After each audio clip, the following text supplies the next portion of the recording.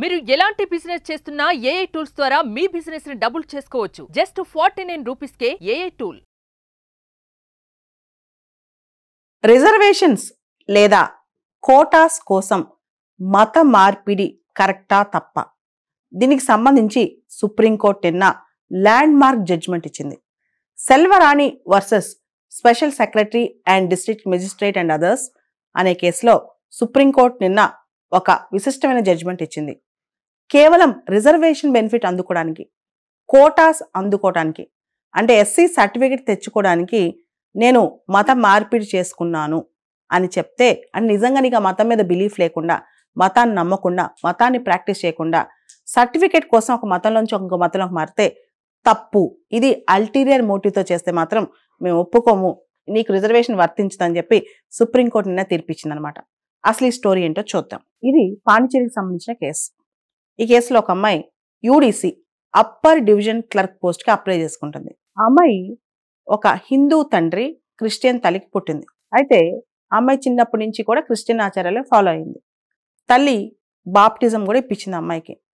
అయితే పెద్ద అయిన తర్వాత అమ్మాయి అంటే చిన్నప్పటి నుంచి కూడా క్రిస్టియన్ ప్రాక్టీసెస్లు అన్ని ఆ అమ్మాయికి అలవాటు అనమాట. పెద్ద అయిన తర్వాత జాబ్ తెచ్చుకునే ముందు ఆ అమ్మాయి ఎస్సీ సర్టిఫికేట్ అప్లై చేసింది.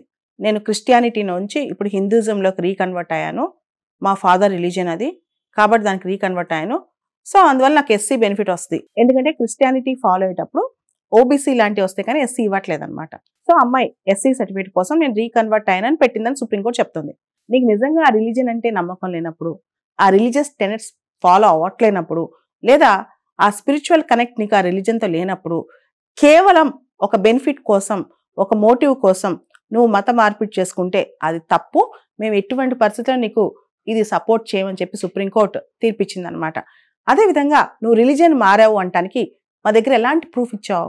నువ్వు ఆర్య సమాజ్కి వెళ్ళి మారావా? ఏదైనా లీగల్ డాక్యుమెంటేషన్ ఉందా? ఏదైనా డిక్లరేషన్ ఉందా?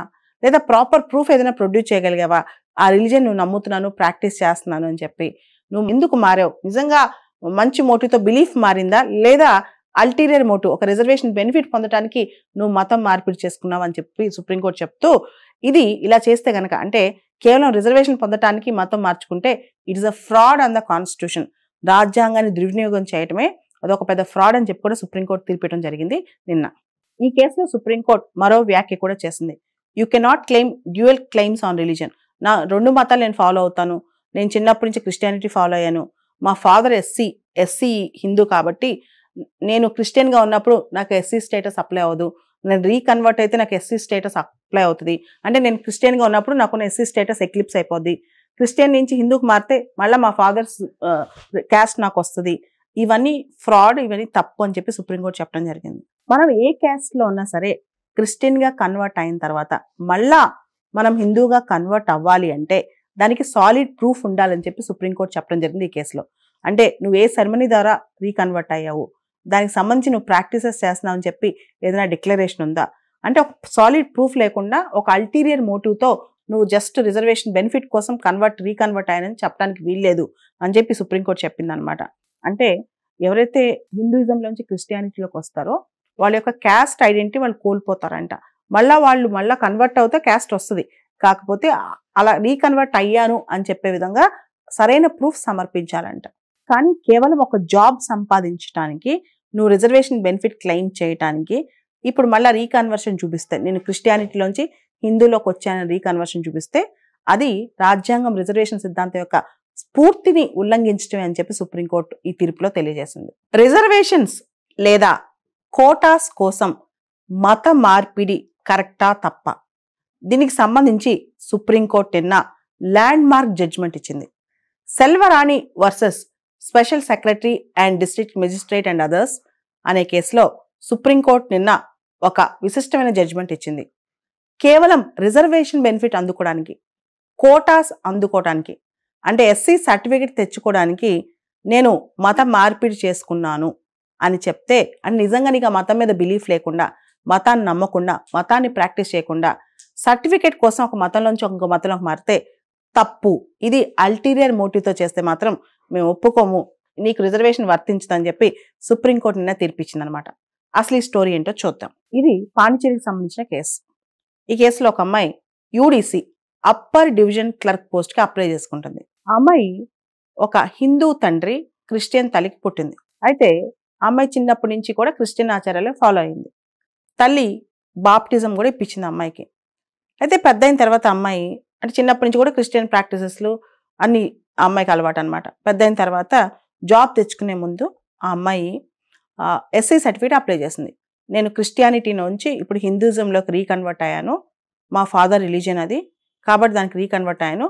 సో అందువల్ల నాకు ఎస్సీ బెనిఫిట్ వస్తుంది. ఎందుకంటే క్రిస్టియానిటీ ఫాలో అయ్యేటప్పుడు ఓబీసీ లాంటివి వస్తాయి కానీ ఎస్సీ ఇవ్వట్లేదు అనమాట.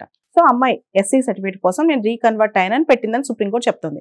నీకు నిజంగా ఆ రిలీజియన్ అంటే నమ్మకం లేనప్పుడు, ఆ రిలీజియస్ టెనెట్స్ ఫాలో అవ్వట్లేనప్పుడు, లేదా ఆ స్పిరిచువల్ కనెక్ట్ నీకు ఆ రిలీజియన్తో లేనప్పుడు, కేవలం ఒక బెనిఫిట్ కోసం, ఒక మోటివ్ కోసం నువ్వు మత మార్పిడి చేసుకుంటే అది తప్పు.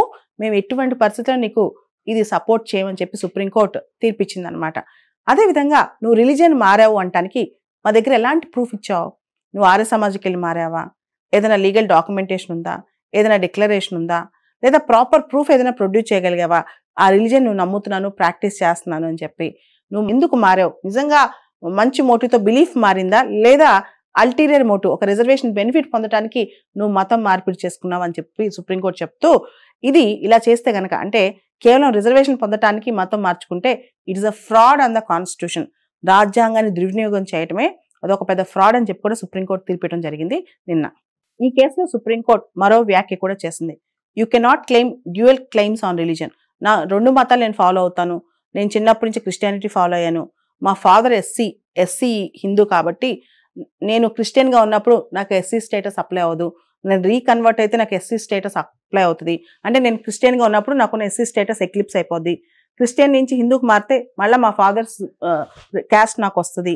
ఇవన్నీ ఫ్రాడ్, ఇవన్నీ తప్పు అని చెప్పి సుప్రీంకోర్టు చెప్పడం జరిగింది. మనం ఏ క్యాస్ట్లో ఉన్నా సరే క్రిస్టియన్గా కన్వర్ట్ అయిన తర్వాత మళ్ళా మనం హిందూగా కన్వర్ట్ అవ్వాలి అంటే దానికి సాలిడ్ ప్రూఫ్ ఉండాలని చెప్పి సుప్రీంకోర్టు చెప్పడం జరిగింది ఈ కేసులో. అంటే నువ్వు ఏ సెరమనీ ద్వారా రీకన్వర్ట్ అయ్యావు, దానికి సంబంధించి నువ్వు ప్రాక్టీసెస్ చేస్తున్నావు అని చెప్పి ఏదైనా డిక్లరేషన్ ఉందా, అంటే ఒక సాలిడ్ ప్రూఫ్ లేకుండా ఒక అల్టీరియర్ మోటివ్తో నువ్వు జస్ట్ రిజర్వేషన్ బెనిఫిట్ కోసం రీకన్వర్ట్ అయ్యానని చెప్పడానికి వీల్లేదు అని చెప్పి సుప్రీంకోర్టు చెప్పింది అనమాట. అంటే ఎవరైతే హిందూయిజంలోంచి క్రిస్టియానిటీలోకి వస్తారో వాళ్ళ యొక్క క్యాస్ట్ ఐడెంటిటీ వాళ్ళు కోల్పోతారంట. వాళ్ళు కన్వర్ట్ అవుతే క్యాస్ట్ వస్తుంది, కాకపోతే అలా రీకన్వర్ట్ అయ్యాను అని చెప్పే విధంగా సరైన ప్రూఫ్ సమర్పించాలంట.